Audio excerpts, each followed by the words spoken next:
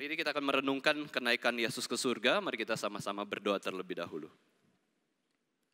Bapa kami yang di surga, kami mengucap syukur kami boleh mengenal Engkau di dalam diri Tuhan Yesus Kristus, yang adalah Tuhan dan Juru Selamat kami, yang adalah pengantara kami kepada Bapa di surga. Kami berterima kasih Tuhan untuk anugerah yang terbesar yang sudah Tuhan berikan kepada kami yang tidak layak, yang begitu berdosa, yang begitu melawan Tuhan.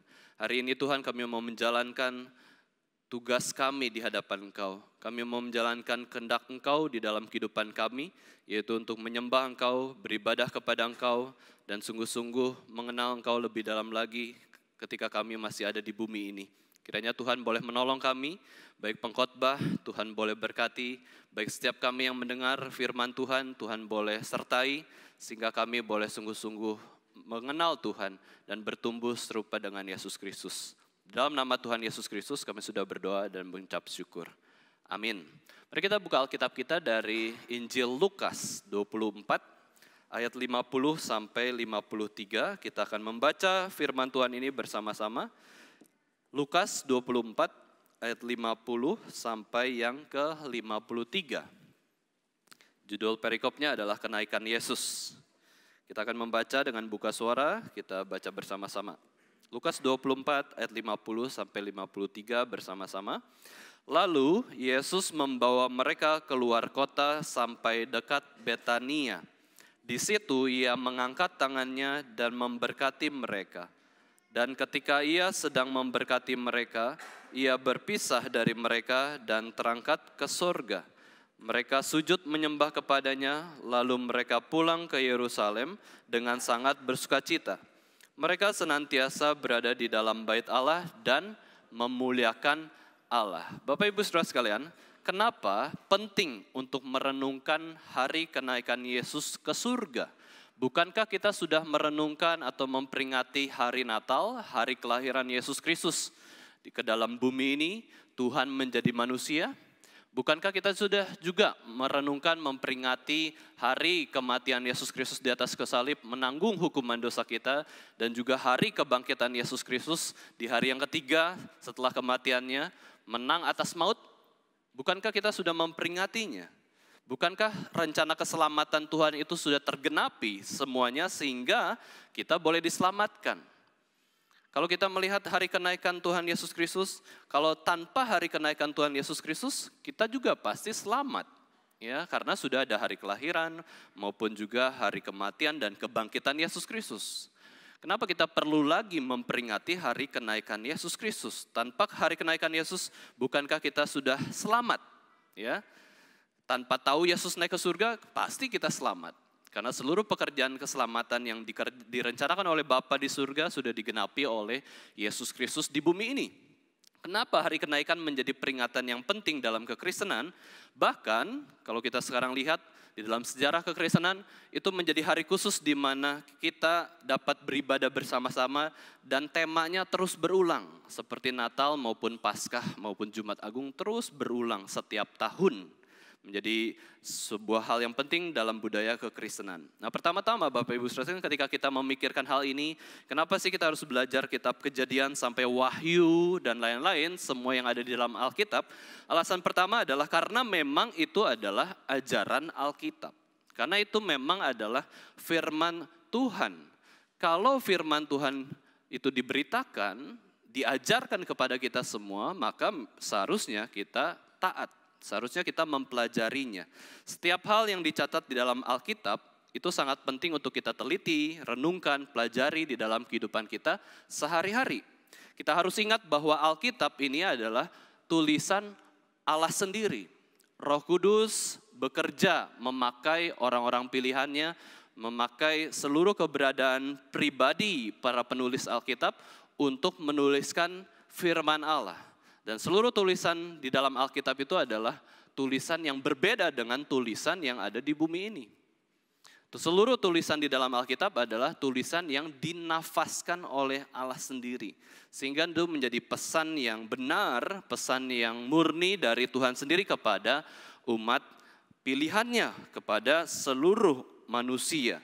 Alkitab merupakan tulisan Roh Kudus sendiri yang bekerja memakai orang-orang pilihannya untuk menuliskan firman Tuhan yang kekal dan mulia ini. Masa sih kita nggak mau belajar Alkitab?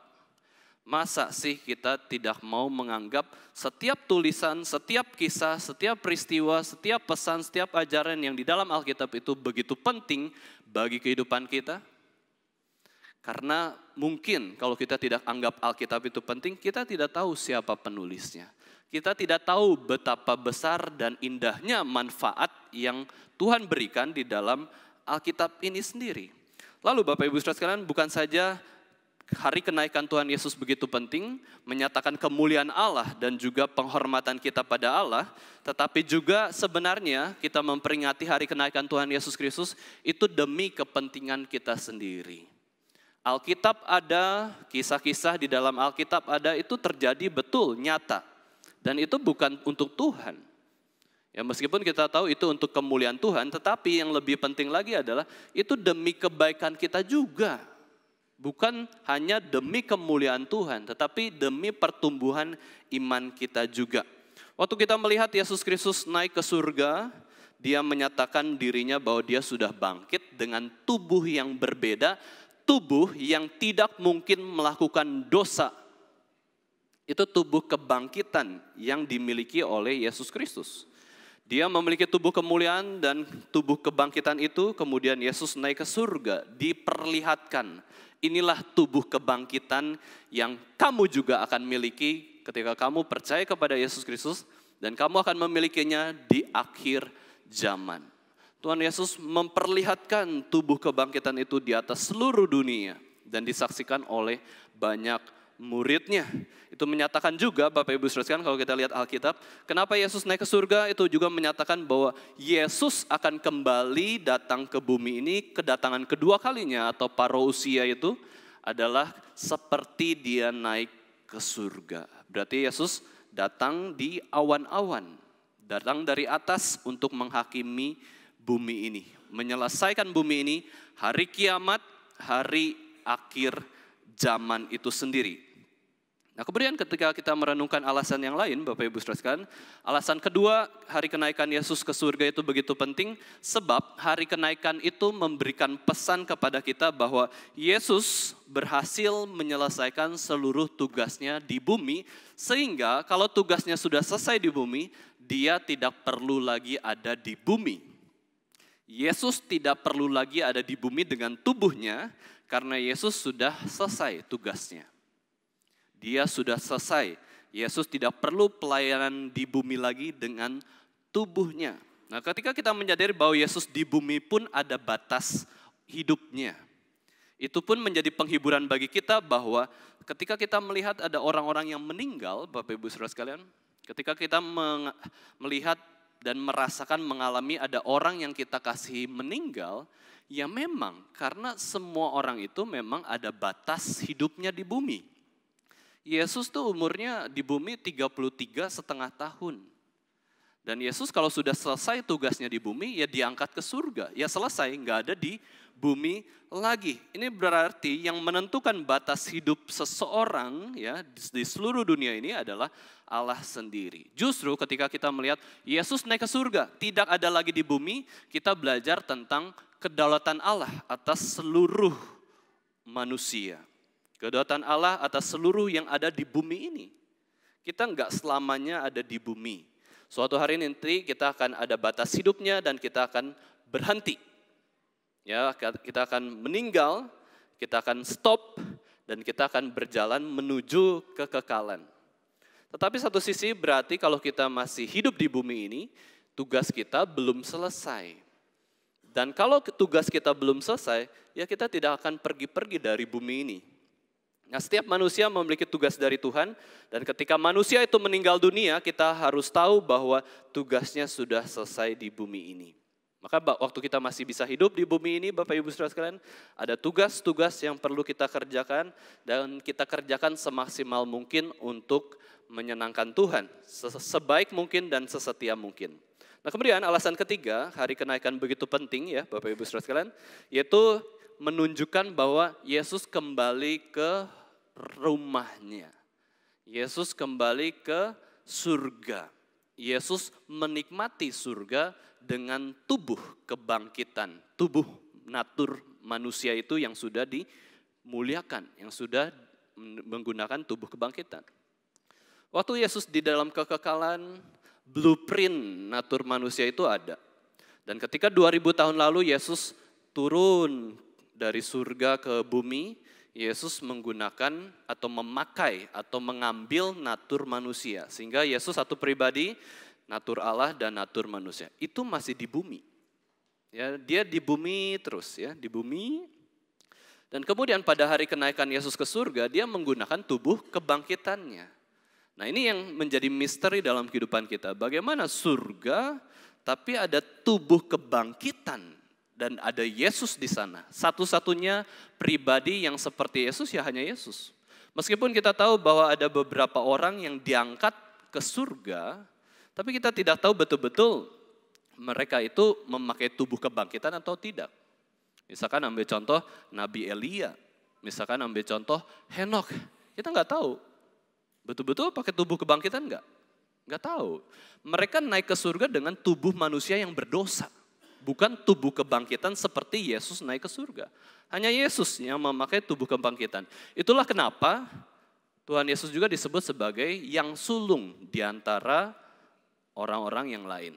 Itu karena dia yang pertama ya ke surga dengan tubuh kebangkitannya. Yesus kembali ke surga karena memang dia berasal dari surga. Dia pemilik surga. Yesuslah yang mampu membawa kita ke surga karena dia memang berasal dari surga. Dia sudah tahu jalan dari surga ke bumi, dia pun tahu dari bumi ke surga bagaimana caranya. Karena dia adalah Tuhan. Nah sekarang kita bisa tahu bahkan, kita bisa mengenal Yesus Kristus. Yesus ada di mana? Meskipun pertanyaan ini adalah pertanyaan yang terbatas ruang dan waktu. Waktu kita tanya Yesus ada di mana? Kita bisa sebut Yesus di surga. Karena apa? Yesus naik ke surga. Kita bisa mengenal di manakah Yesus Kristus itu. Yesus sudah di surga. Kita bisa dengan jelas mengetahui keberadaan Yesus. Yesus tidak ada lagi di bumi. Maka ketika ada orang mengatakan, akulah Yesus, itu bukan Yesus. Yesus sudah di surga. Akulah Mesias, akulah Juru Selamat, akulah Tuhan, akulah Yesus Kristus Juru Selamat dunia. Itu bukan Yesus Kristus, Yesus ada di surga.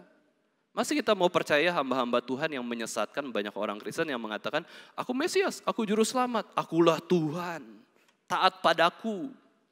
Itu omong kosong, itu bukan Tuhan, itu bukan Yesus Kristus. Dia manusia berdosa, layaknya kita semua.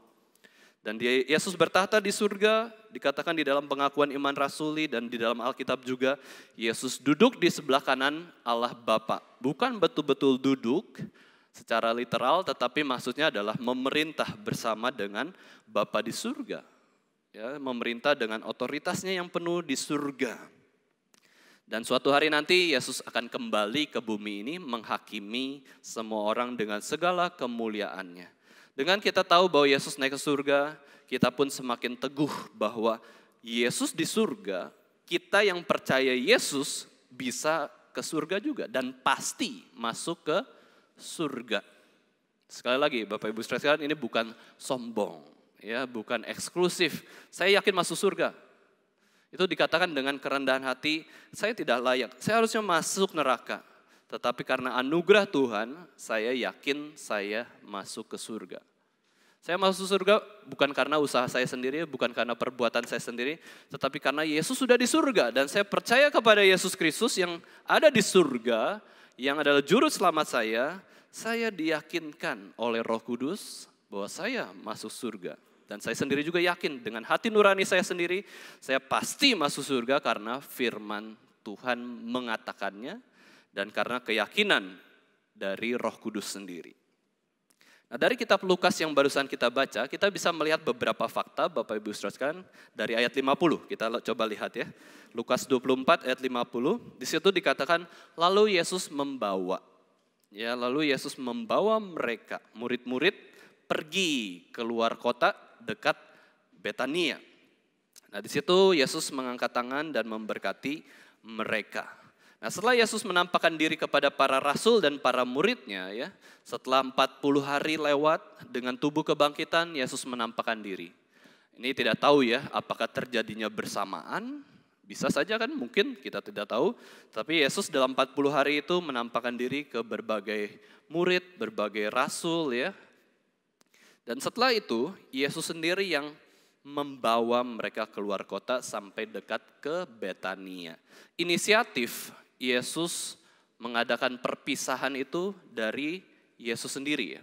Perpisahan dengan para rasul, para muridnya, Yesus membawa. Inilah inisiatif dari Yesus Kristus. Terjemahan kata membawa, Bapak Ibu Saudara sekalian, itu diterjemahkan lebih tepat yaitu sebagai Yesus memimpin mereka.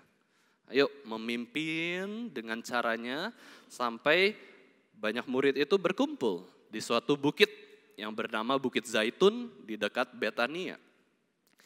Yesus memang adalah pemimpin para murid ya. Nah, ketika sampai di bukit dekat kota Betania, Bukit Zaitun itu, Yesus mengangkat tangan dan memberkati para murid. Nah, ketika Yesus mengangkat tangan, Bapak Ibu Saudara sekalian, ini adalah wujud bagaimana Yesus itu sangat mengasihi para muridnya. Waktu imam besar di dalam tradisi Yahudi mengangkat tangan untuk memberkati bangsa, imam itu bertugas sebagai pengantara bangsa itu untuk datang kepada Allah. Dan juga imam itu sebagai pengantara bagaimana bangsa itu menerima berkat dari Allah. Dan Yesus di atas bukit tersebut menggunakan peran ini ya, atau menjadi imam besar bagi para muridnya, yaitu Yesus mendoakan mereka dan juga menyalurkan berkat dari Allah kepada mereka. Matthew Henry mengatakan bahwa mengangkat tangan dan memberkati seseorang menunjukkan bahwa orang tersebut mengasihi orang yang diberkatinya itu sampai pada kesudahannya. Sampai dia mati, aku akan terus mengasihi dia sampai selama-lamanya. Jadi Yesus mengangkat tangan dan memberkati, aku mengasihi kamu dan ingat sampai selama-lamanya. Ya, pengangkatan tangan itu simbol kekekalan juga, berkat Tuhan yang kekal. Nah, mengangkat tangan juga berarti Yesus memberikan pengutusan kepada muridnya untuk mengabarkan Injil ke seluruh dunia. Ini adalah simbol ya, simbol mengangkat tangan ya, Yesus memberkati para murid dan itu pun sebenarnya kita terima. Ketika kita membaca firman Tuhan itu kekal ada di dalam hati kita ya, menyertai kita dan memberkati kita. Kemudian kita lihat ayat 51. Dan ketika sedang memberkati mereka, ia berpisah dari mereka dan terangkat ke surga. Nah, sekalipun Yesus sangat mengasihi para muridnya, ya, sekalipun Yesus itu sungguh-sungguh memperhatikan, sungguh-sungguh mengasihi para muridnya, tapi kalau memang waktunya sudah pisah, harus pisah. Dia berpisah. Dan siapa yang mengadakan perpisahan? Yesus sendiri. Ya, perpisahan itu harus dilakukan. Untuk apa? Untuk menguatkan orang-orang yang berpisah. Nah, kenapa berpisah walaupun mereka saling mengasihi? Sebab adalah lebih baik para murid berpisah dengan Yesus Kristus secara fisik.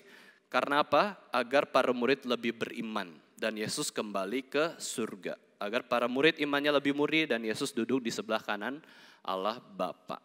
Ya tentu ya, ada perpisahan yang memang kudus, ada perpisahan yang tidak kudus secara manusia. Secara manusia kalau sudah disatukan di antara suami dan istri yang nggak boleh pisah gitu ya. Tapi kalau waktunya berpisah dengan orang-orang tertentu di satu kota dan desa yang lain ya berpisah. Waktu kita akhirnya harus sudah berhenti pelayanan, misalkan berhenti pelayanan tertentu berpisah.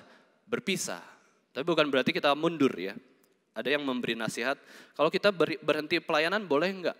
Boleh, tapi berhenti pelayanan yang satu, ambil pelayanan yang lain. Wah, sami mawon dong ya. Bahkan pelayanan yang lainnya adalah harus yang lebih berat.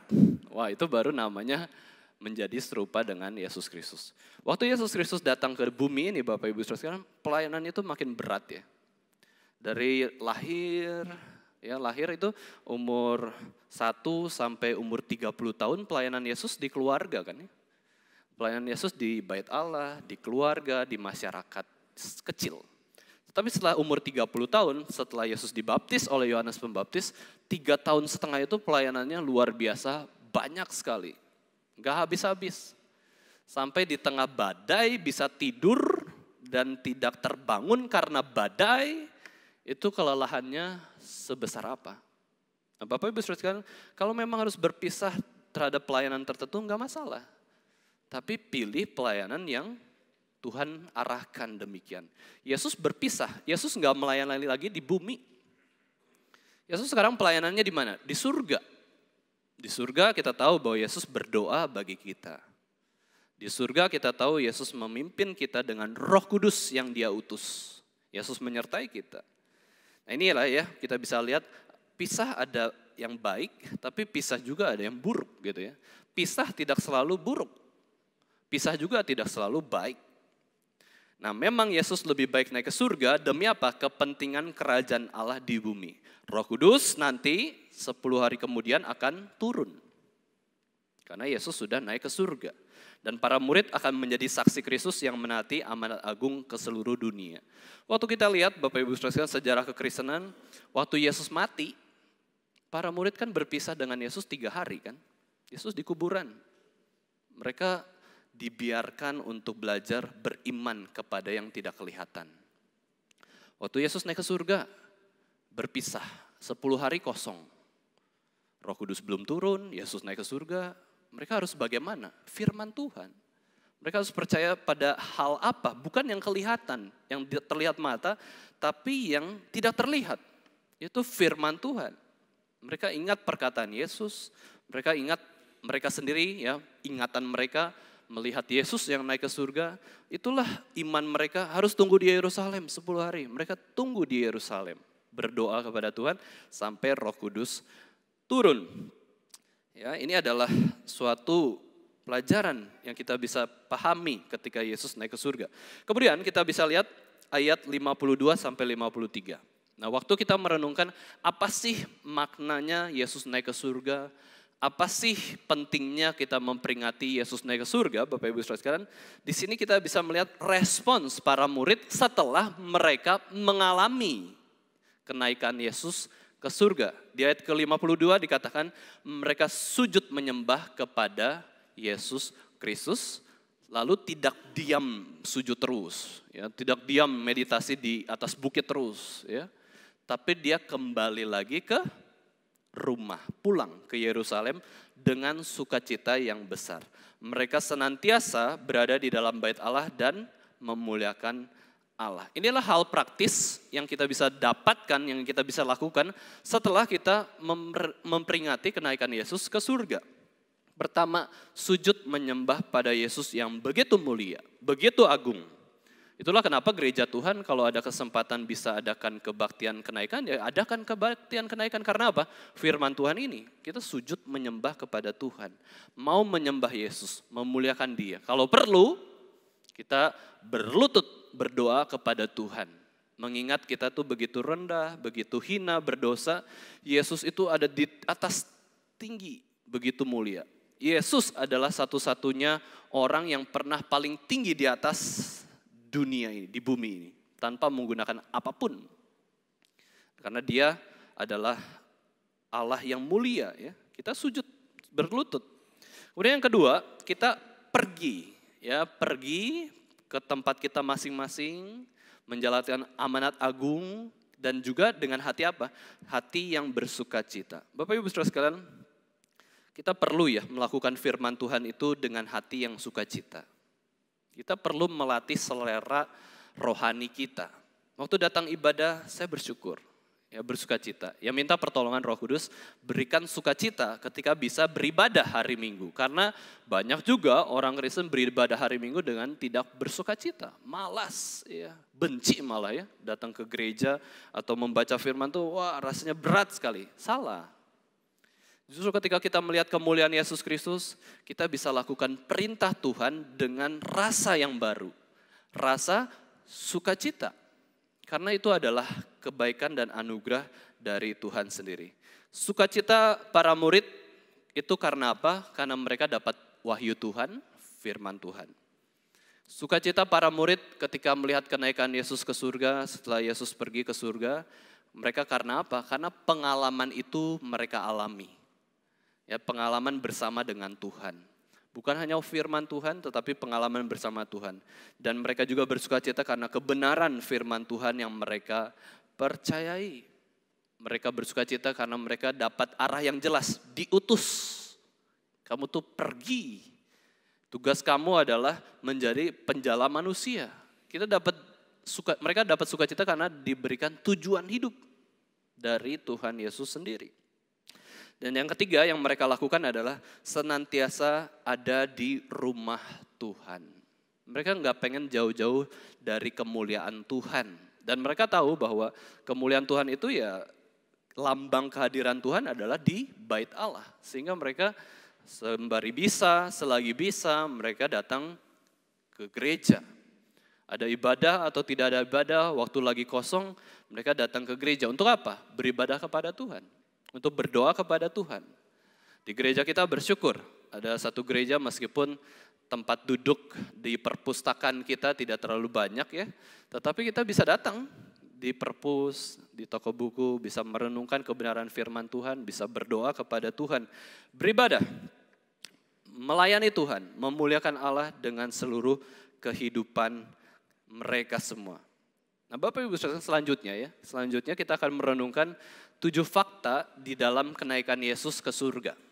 Ya, yang pertama kalau kita lihat kenaikan Yesus ke surga ini, Yesus naik ke surga sesudah Yesus memberikan Great Commissions. Ya kita bisa lihat, yang pertama sebelum Yesus naik ke surga, naik ke surga, Yesus menyatakan perintah yang terakhir yang dia ucapkan dengan mulutnya, yang dia berikan di dalam salam perpisahan Yesus dengan para muridnya, yaitu adalah amanat agung. Dia memberikan amanat agung. Mari kita lihat Matius 28 ayat 18 sampai 20. Mari kita baca bersama-sama amanat agung dari Tuhan Yesus Kristus. Matius 28 ayat 18 sampai 20, 2, 3. Yesus mendekati mereka dan berkata, "Kepadaku telah diberikan segala kuasa di surga dan di bumi. Karena itu pergilah, jadikanlah semua bangsa muridku dan baptislah mereka dalam nama Bapa dan Anak dan Roh Kudus.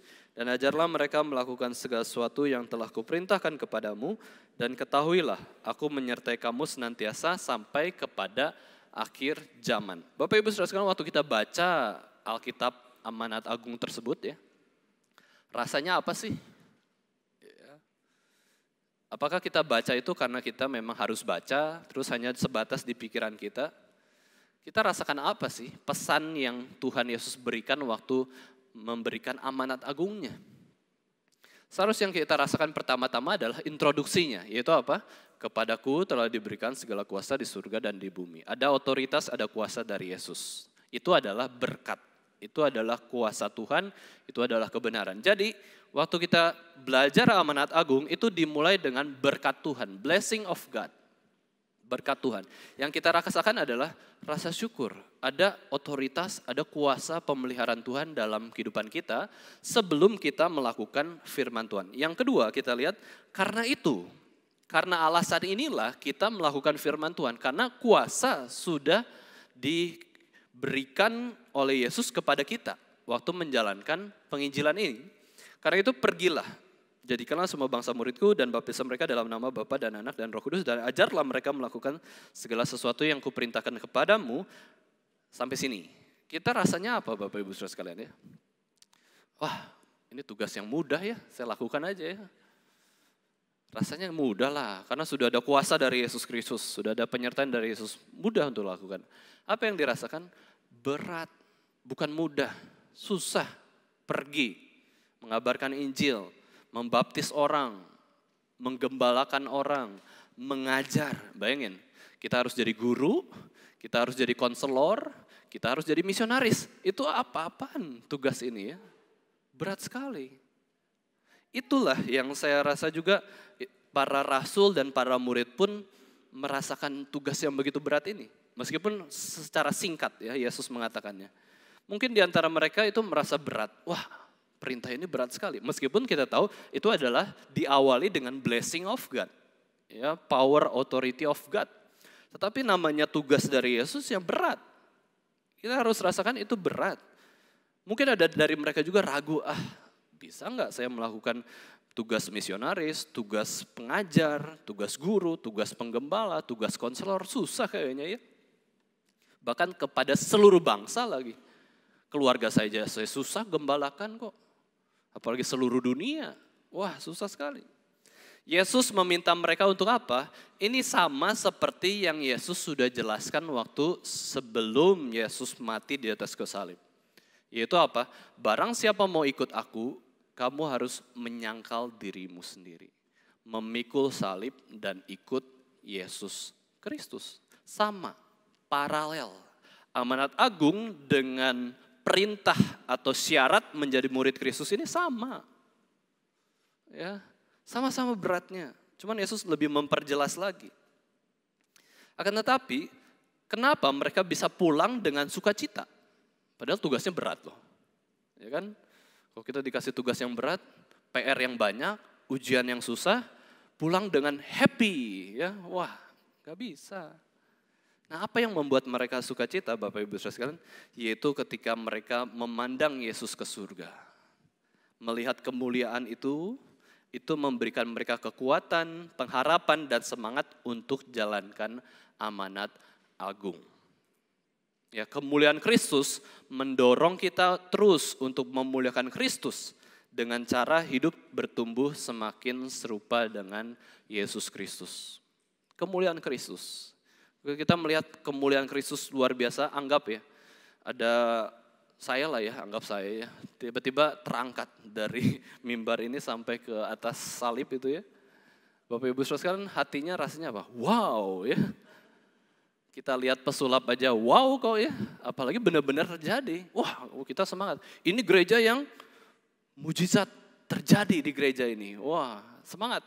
Ya, ini adalah kebenaran, gereja ini harus bawa orang. Untuk lihat apa?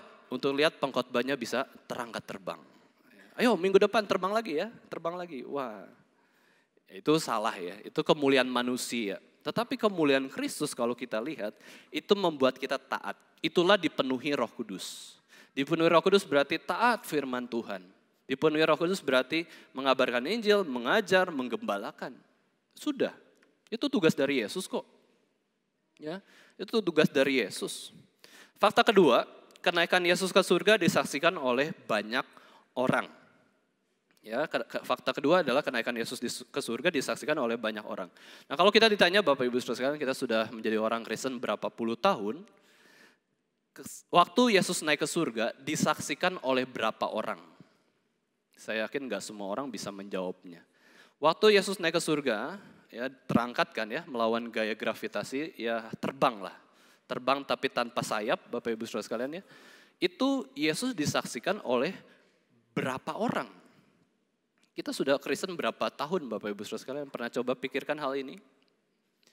Belum tentu kita memikirkannya ya, cuek lah ya, berapa orang gak penting lah, yang penting Yesus naik ke surga gitu ya. Tapi sebenarnya ya, pertanyaan ini pun ada jawabannya di dalam Alkitab. Pertanyaan ini dapat dijawab oleh kita semua sebagai orang Kristen. Ada yang menjawab, sebagian orang Kristen mengatakan bahwa saksi kenaikan Yesus Kristus itu 11 rasul saja. Saya juga waktu merenungkan khotbah ini, mempersiapkan khotbah ini, berapa orang ya yang naik ke yang melihat Yesus naik ke surga? Searching Google ya, tanya Mbah Google ya, yang tahu segala sesuatu, coba searching, bisa cari ke web atau teksnya ya, atau cari ke image-nya. Waktu saya cari ke image-nya, semua itu seniman ya, seniman Kristen ataupun yang menggambarkan kenaikan Yesus ke surga, semuanya itu menggambarkan 11 rasul saja. Gak ada yang katakan lebih banyak dari itu. Ya. Nah, jadi jawaban yang muncul bisa 11 rasul saja, tetapi ada yang juga yang mengatakan bahwa yang melihat Yesus naik ke surga itu bukan 11 rasul saja, melainkan 500 orang. 500 orang di atas bukit Zaitun ya. Kemudian atau mungkin sebagian lagi menjawab, memangnya Alkitab kasih tahu gitu ya, bingung ya.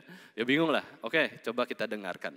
Nah, kita mempelajari dalam 1 Korintus 15 ayat 6, mari kita buka Alkitab kita. 1 Korintus 15 ayat 6, Bapak Ibu Saudara sekalian. Kita baca bersama-sama ya. 1 Korintus 15 ayat 6, 1, 2, 3. Sesudah itu ia menampakkan diri kepada lebih dari 500 saudara sekaligus. Kebanyakan dari mereka masih hidup sampai sekarang, tetapi beberapa di antaranya telah meninggal. Nah, di sini ditafsirkan Yesus menampakkan diri dengan tubuh kebangkitan ya kepada 500 saudara sekaligus. Ya, bahasa Inggrisnya at one time. Di sini orang menafsirkan bahwa Yesus bisa menampakkan diri pada 500 orang sekaligus ya di mana? Pada waktu itu Bapak Ibu Saudara sekalian tentu orang Yahudi sudah waspada. Ya, waspada.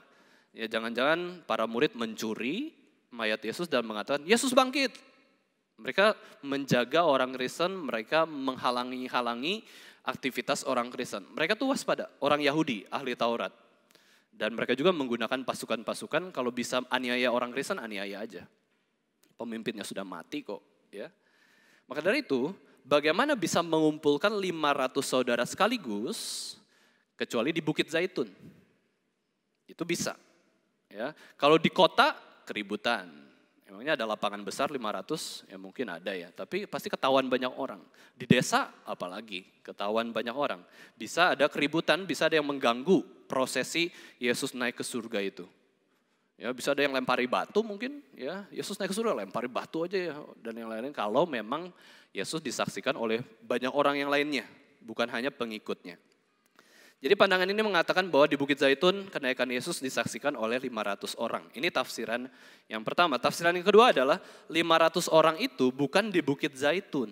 Tetapi 500 orang ini merupakan penjumlahan selama 40 hari Yesus menampakkan dirinya setelah kebangkitan Yesus Kristus dan sampai pada akhir kenaikan Yesus Kristus ke surga. Jadi setelah 40 hari, 1 bulan lebih, di total 500 orang yang menyaksikan kebangkitan Yesus Kristus.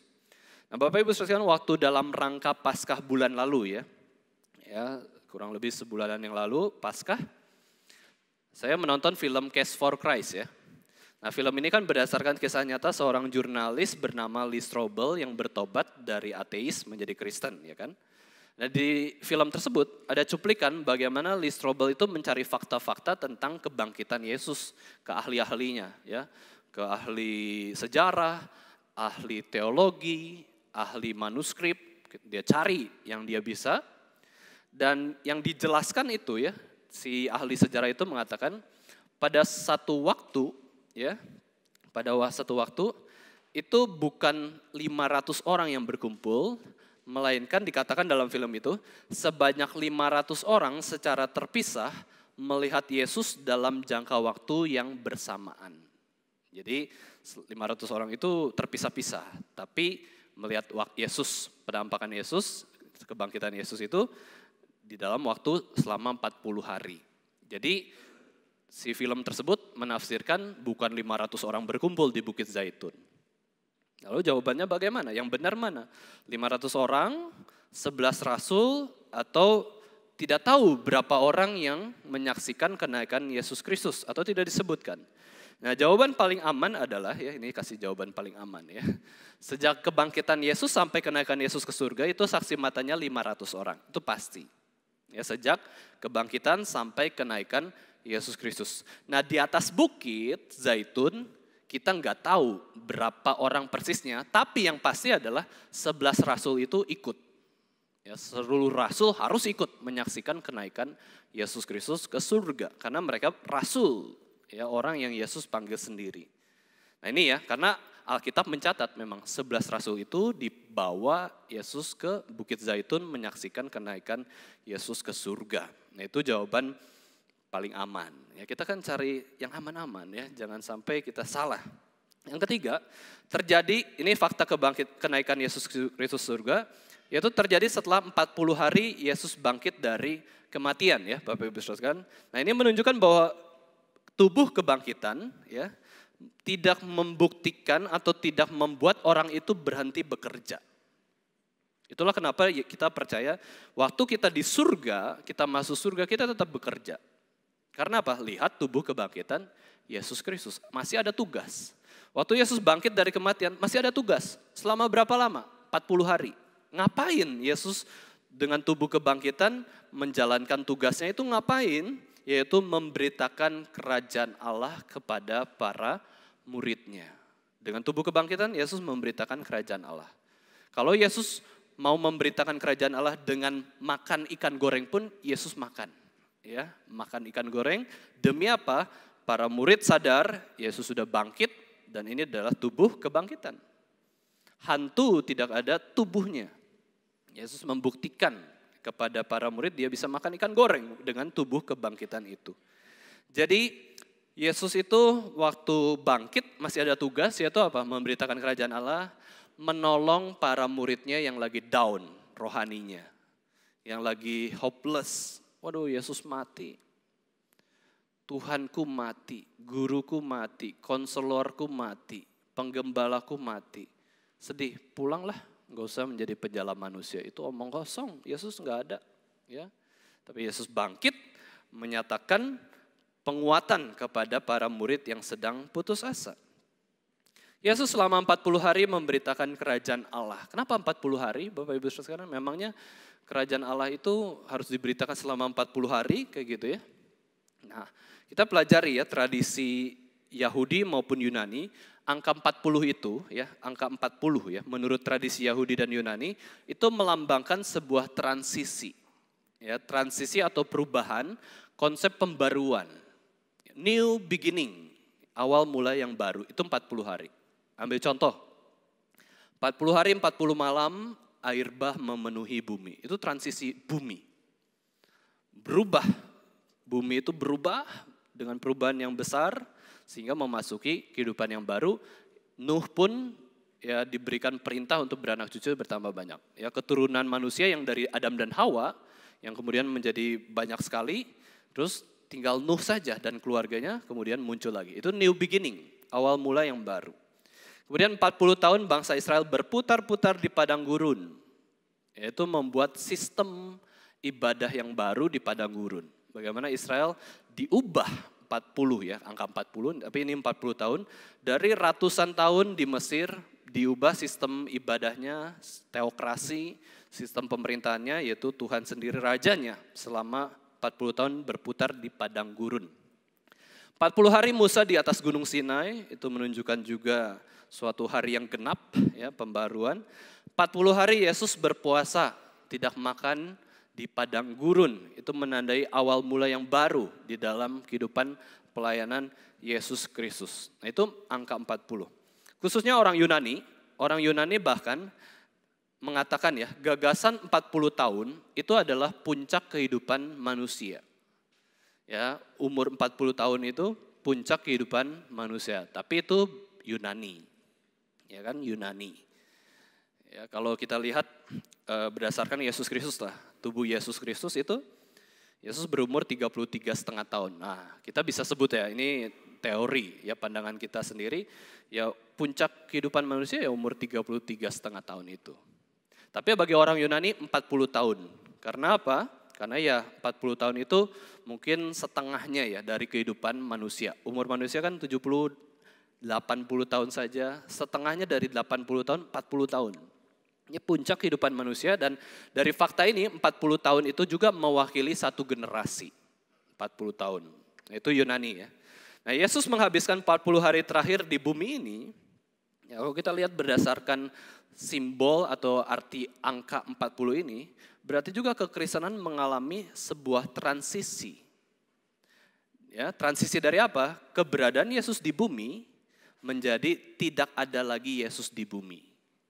Dan diganti dengan zamannya Roh Kudus. Ya, Roh Kudus dicurahkan, Yesus mengutus Roh Kudus. Nah, selama 40 terakhir Yesus di bumi, dia memiliki tubuh kebangkitan di mana dia tidak bisa berdosa ya. Dan apa yang dilakukan Yesus terus memberitakan kebenaran, damai sejahtera. Selanjutnya Bapak Ibu sekalian, fakta keempat, ya, kita merenungkan fakta keempat dari kenaikan Yesus adalah itu adalah mujizat terakhir Yesus di bumi. Dia terbang, tadi saya katakan ya, dia terangkat lah ya, diangkat, melawan gaya gravitasi. Dan di sini kita belajar bahwa orang Kristen tidak anti supranatural, hal yang supranatural. Kita nggak anti. Bahkan keberadaan manusia sampai hari ini pun ditopang oleh Allah yang adalah supranatural. Allah itu lebih dari hal alamiah, lebih dari hal alam, ya. Kuasa supranatural Allah menopang bumi ini berjalan sesuai dengan kehendak dan rencananya. Melihat hidup Yesus pun demikian, Allah jadi manusia, supranatural. Ya, tapi di dalam Allah jadi manusia, secara kemanusiaan banyak hal yang alamiah, hal yang natural juga Yesus lakukan. Tetapi ada juga hal yang supranatural, itu yang dikatakan sebagai mujizat. Kemudian terakhir Yesus tutup kehidupannya dengan hal yang supranatural juga, naik ke surga. Kita sebagai orang Kristen dituntut untuk belajar hidup karena iman. From faith to faith. Ya. Hidup manusia bukan natural saja. Hukum alam saja, sains saja, bukan. Tetapi ada yang lebih daripada itu yaitu supranatural. Nah ini kepercayaan kita. Hidup kita itu bukan hanya sementara saja di bumi ini. Tetapi ada kekekalan. Hidup kita sebagai manusia bukan jasmani saja. Tetapi ada rohaninya juga. Itu yang menjadi pesan bagaimana kita melihat Yesus mengawali hidupnya di bumi dan mengakhiri hidupnya di bumi adalah dengan supranatural. Memang lebih banyak yang naturalnya, ya kan? Maksudnya secara kemanusiaan, secara alaminya Yesus lakukan. Tetapi bukan berarti tidak ada supranaturalnya juga. Nah ini harus dipahami secara seimbang. Yang supranatural itu jarang. Yang natural itu biasa, sering. Kita jangan balikan hal ini, fakta ini. Kita pengennya yang supranatural, sering terjadi. Salah, Yesus sendiri enggak kok kayak gitu. Kita ingin yang natural, jarang terjadi. Salah. Yang benar adalah supranatural itu jarang. Jarang. Gak usah diada-adain. Gak usah harus ada, itu hanya sekali terjadi mungkin dalam hidup kita. Yesus sekali terjadi dari Tuhan jadi manusia. Yesus sekali terjadi naik ke atas surga, ke surga. Terus kita cari-cari turun naik surga, neraka gitu, sering-sering gitu ya. Pengen saya lebih dari Yesus. Terus kita cari-cari yang supranatural. Ya, pengen bisa terbang, pengen yang sakit disembuhkan, sering-sering. Loh yang supranatural itu jarang. Bukan sering, ya. Harus normal lah. Jadi orang Kristennya jangan jadi orang Kristen yang mengawang-awang. Jangan berat sebelah. Nah bila berat sebelah Bapak Ibu Saudara sekalian, kita akan menjadi orang yang mistis. Hidup dalam roh. Ya. Ngeroh, semua dirohanikan, ya. Karena supranatural semua. Loh, kita ini kan jasmani kan. Kita kan manusia. Tetapi jangan juga jadi sebaliknya Bapak Ibu Saudara. Kita jadi orang yang rasionalis. Semua pakai rasio. Semua harus alami. Semua harus ada sebab akibat.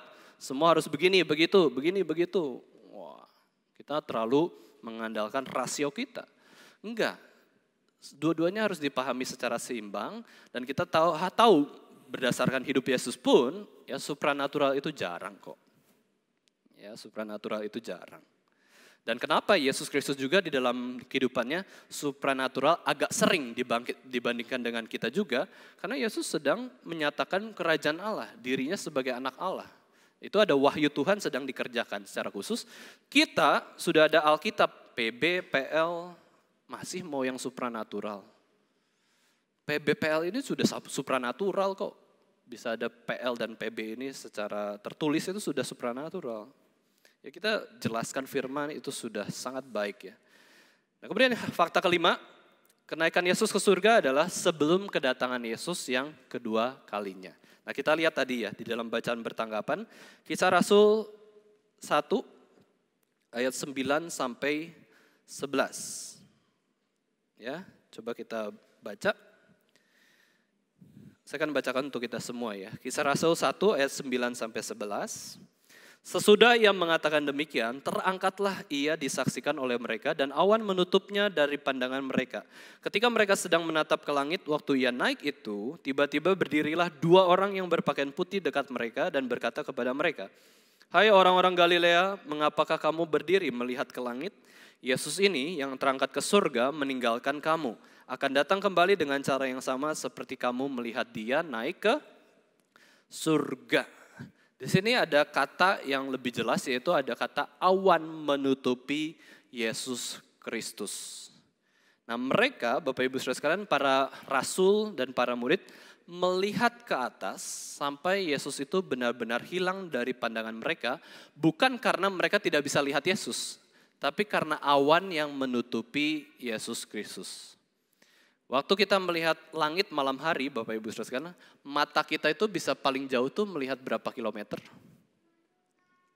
Kalau bumi ini bundar kan ya, bumi ini bundar. Maka waktu kita lihat bumi ke depan, ada yang katakan kita hanya bisa melihat 5 kilometer paling jauh. Karena bumi ini kan bundar, terus nggak kelihatan lagi yang depan, hilang. Tapi kalau kita lihat atas langit, kita bisa lihat puluhan ratusan kilometer karena apa? Bintang pun kita bisa lihat. Bulan pun kita bisa lihat kalau langitnya cerah. Matahari pun kita bisa lihat kok kalau nggak ada yang menghalangi kita. Mata kita bisa jauh sekali. Ya. Nah sekarang waktu Yesus naik terangkat ke surga, mau nunggu sampai kapan? Sampai Tuhan Yesus hilang kalau semuanya cerah ya. Semuanya nggak ada awan gitu ya. Wah lama banget hilangnya gitu ya. Apa perlu mujizat kedua yaitu hilang Tuhan Yesus? Cing ya. Enggak. Lihat lama Yesus ke atas sampai awan menutupi. Berarti cukup lama. Karena ada awan itu kita bisa lihat. Pesawat aja kita bisa lihat kok. Kalau nggak ketutup awan. Berarti itu jangka waktu yang jarak yang tinggi sekali dari darat.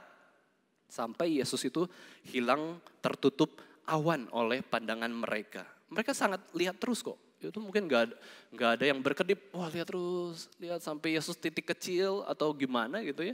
Sampai awan menutupi Yesus Kristus. Kalau awan menutupi, kita sendiri yang di sana, Bapak Ibu sekalian pengen lihat. Mana ya, awan minggir dong awan ya, awan minggir. Karena kita penasaran. Maka supaya para murid ini nggak usah lihat-lihat lagi, kemuliaan Allah sudah cukup dinyatakan, para murid itu dimunculkan malaikat ya. Malaikat itu ada 2. Ya, malaikat itu ada 2 muncul di hadapan mereka dan mengatakan kepada mereka, "Hai orang-orang Galilea, kenapa kamu berdiri melihat ke langit?" Mereka lihat langit terus kan ya. Yesus ini yang terangkat ke sorga meninggalkan kamu, akan datang kembali dengan cara yang sama seperti kamu melihat dia naik ke surga. Waktu Yesus datang kedua kalinya kita akan lihat juga ke atas. Dan Yesus adalah pribadi yang tertinggi di atas seluruh alam semesta. Disinilah wahyu dari malaikat yang mengatakan kedatangan Yesus kedua kalinya itu seperti apa. Disaksikan oleh banyak orang juga. Fakta ke-6, Bapak Ibu Saudara sekalian ya. Di negara Indonesia, hari kenaikan Yesus itu menjadi hari libur secara publik. Ya. Padahal kekristenan di Indonesia minor, bahkan ya sedikitlah berapa persen. Tetapi di negara Kristen seperti Belgia, Denmark, Jerman, Prancis, memang itu jadi public holiday. Udah libur yuk semua beribadah, ya libur. Karena dasar agama mereka kan Kristen, mayoritas di sana. Tapi di Indonesia, meskipun Indonesia negara terbesar Islam seluruh dunia, mereka bisa menghargai dan percaya juga. Ada yang percaya, mungkin ada yang nggak percaya. Ada kenaikan Isa Al-Masih. Ya, tapi kita kenaikan Yesus Kristus. Ya, kenaikan Yesus Kristus ke surga. Pemerintah mengakui bahwa ada kenaikan Yesus Kristus menjadi hari libur nasional. Dan ini menjadi kesempatan kita untuk beribadah dan mengabarkan Injil di hari libur kita. Ya, mengajak orang untuk bisa mengenal kemuliaan Kristus.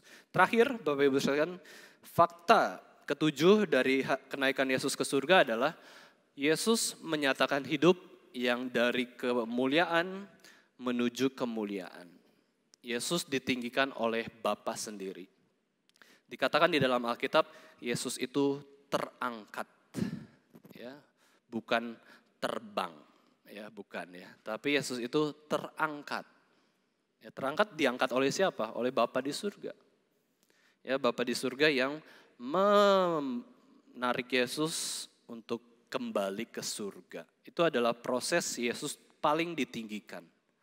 Setelah pada waktu Yesus menjelma jadi manusia, kita tahu kan ya, kehidupan Yesus Kristus itu, curve-nya Jesus Christ itu ya, kurvanya Yesus Kristus kan dari kemuliaan menuju perendahan atau humiliation sebagai manusia, penderitaan, bahkan kematian, titik terendah. Tetapi sejak kebangkitan itu mulai naik, kemuliaan itu terus dinyatakan sampai yang paling tinggi di dalam bumi ini. Kemuliaan Yesus Kristus paling tinggi dinyatakan ketika Yesus terangkat naik ke surga bersama dengan Allah Bapa kembali memerintah di sana. Yesus menjadi yang sulung di antara umat pilihan karena dia yang pertama masuk surga dengan tubuh kebangkitan. Di akhir zaman kita akan mengikuti teladan Yesus Kristus, kita pun akan diberikan tubuh kemuliaan, tubuh kebangkitan, dan kita akan masuk ke surga bersama-sama dengan Yesus Kristus. Bapak Ibu sekalian, inilah beberapa renungan tentang kenaikan Yesus ke surga. Kiranya hidup kita boleh semakin serupa dengan Yesus Kristus. Kiranya hidup kita boleh senantiasa suka sama Tuhan Yesus. Suka terhadap perintah-perintahnya. Ya, semakin rela untuk memaksa diri menaati Yesus Kristus. Dan memaksa diri menjadi seseorang yang rela untuk taat dan mengasihi Yesus Kristus. Kita rela kok menempuh jalan salib. Ya, kita taat kok. Ya, meskipun kita bisa bedakan ketaatan ya. Waktu kita menempuh penderitaan, kesulitan sebagai orang Kristen itu ketaatan yang pasif. Tapi waktu kita berusaha melayani Tuhan, beribadah, taat, berbuat baik itu ketaatan yang aktif. Waktu kita berbuat baik belum tentu kita dapat kelancaran, kesulitan, kemudahan, justru banyak kesusahan, justru banyak penghakiman orang. Tetapi itulah ketaatan pasif, yaitu rela. Rela menderita bagi Kristus itu adalah ketaatan pasif kita sebagai orang Kristen.